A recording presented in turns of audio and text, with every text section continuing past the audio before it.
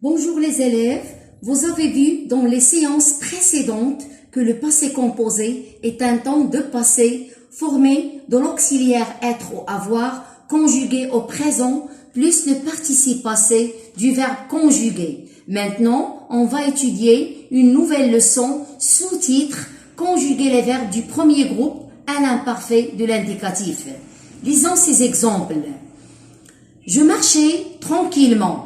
Chaque vacances, nous voyagions à la campagne. Elle portait des gants noirs. Pendant la récréation, les filles jouaient à la corde. Alors les élèves, relevez les verbes conjugués dans chaque phrase et précisez leur infinitif. Oui, on a les verbes suivants. Marcher, voyager, porter et jouer. À quel groupe appartient-il? Il appartient au premier groupe. À quel temps sont-ils conjugués? Réfléchissez bien les enfants avant de répondre. Ils sont conjugués à l'imparfait. Alors, c'est quoi l'imparfait les enfants? L'imparfait, c'est un temps simple du passé. On l'emploie quand? Premièrement, l'imparfait s'emploie souvent pour décrire une action. Exemple 1. Je marchais tranquillement. Deuxièmement, on l'utilise pour indiquer une action qui se répète dans le passé et qui était habituelle. Exemple 2. Chaque vacances, nous voyagions à la campagne.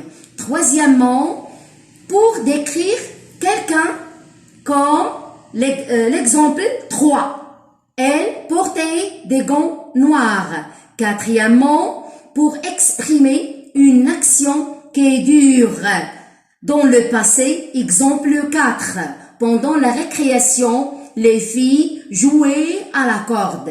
Maintenant, comment construire un verbe conjugué à l'imparfait les enfants?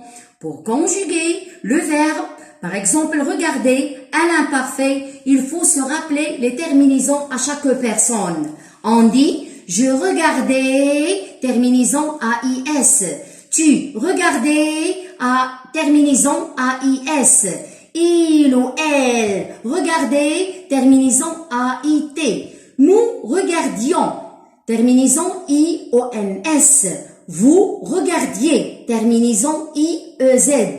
Il avec S ou elle avec S, regardez, terminaison AIENT. Ce qu'on peut-on déduire de cette leçon? Que l'imparfait de l'indicatif est un temps simple du passé. On l'utilise souvent dans le récit et il permet de décrire quelque chose ou quelqu'un. Il exprime des actions qui durent ou des actions habituelles. Il décrit aussi des faits passés qui se répètent régulièrement. Les terminaisons de l'imparfait pour les verbes du premier groupe sont AIS, AIS, AIT, IONS, IEZ, AIENT. Prenez maintenant le mémo page 32, écrivez la petite date, plus une phrase qui contient un verbe du premier groupe conjugué à l'imparfait de l'indicatif. Puis, faisons ensemble l'exercice, je vérifie pour valider, page 177 du manuel. Quelqu'un lit la consigne. Oui, retrouve les verbes conjugués à l'imparfait.